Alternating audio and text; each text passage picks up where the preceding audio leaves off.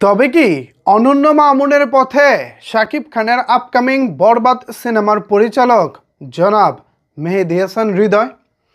আমরা অনন্য মামুনের কাছ থেকে যেভাবে প্রতারিত হয়েছি, যেভাবে কথা দিয়ে কথার বরখেলাপ দেখেছি, সেই একই পথে কি এখন মেহেদী হাসান হৃদয়? কিছুদিন আগে মেহেদী হাসান হৃদয় বরবাদ সিনেমার টিজার আসবো বলে 1 মিনিট 44 সেকেন্ডের কথা বলেছেন। তারপরে তিনি বলেছেন টিজার কামিং সুন। এই কামিং সুন বলার পর তারা লাপাত্তা। কবে টিজার আসবে এখনো পর্যন্ত তারা মুখ খুলতেছে না। অন্যদিকে সাকিবিয়ানদের একাংশ ফেসবুকে অলরেডি পরিচালককে নিয়ে নানা রকমের বাজে কথা বলা শুরু করে দিয়েছে। এখন এইটা যদি মেহেদী হাসান হৃদয় প্রত্যাশা করেন তাহলে আমার কিছু বলার নাই। এজ এ সাকিব লাভার হিসেবে, এজ এ বাংলা সিনেমা লাভার হিসেবে আমি চাই না মেহেদী হাসান হৃদয় অন্তত অনন্য মামুনের মতো হোক।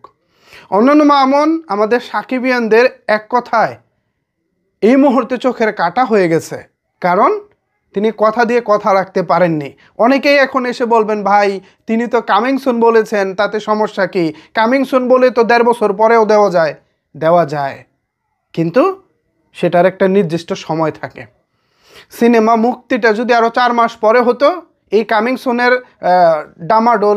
সুনের ডামাডোল আমরা বাজাতে পারতাম 1 বছর, কিন্তু ওই 1 বছর সময়টা তো নাই। আসলে বুঝতে হবে ব্যাপারটা। আজকে 23 তারিখ ফেব্রুয়ারির, আজকে 23 তারিখ। তা আজকে যদি ফেব্রুয়ারি 23 তারিখ হয়, এই মাসের আর আছে কত? এই মাসের আর 5 দিন বাকি। অন্যদিকে রোজা শুরু হবে মার্চের 1 তারিখ থেকে সম্ভবত। তো 6 দিন আর হচ্ছে রোজার 30 দিন, যদি 30 রোজা ধরি তাহলে টোটাল 36 দিন বাকি আছে।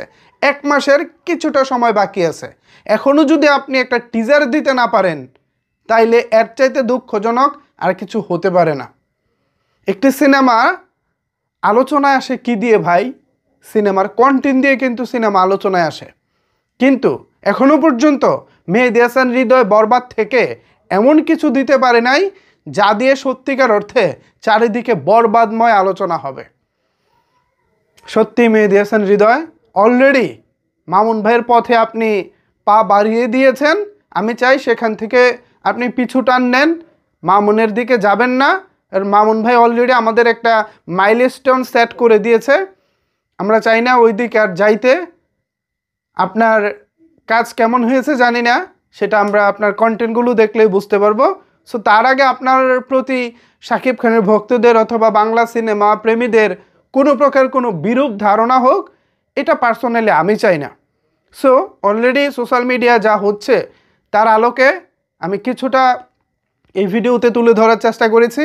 আপনি যদি এখনও সিরিয়াস না হন, আমার এই বিষয়টাকে যদি আপনি এখনও পাত্তা না দেন, তাহলে আপনার জন্য হয়তো ভবিষ্যতে আরও বড় ধরনের কিছু অপেক্ষা করতেছে। ওকে, লেটস সি, দেখা যাক। ভিউয়ার্স, এখন এই বিষয়ে যদি আপনাদের কোনো কিছু বলার থাকে নিচের কমেন্টস বক্সে জানাতে পারেন। ধন্যবাদ সবাইকে এতক্ষণ আমার সাথে থাকার জন্য।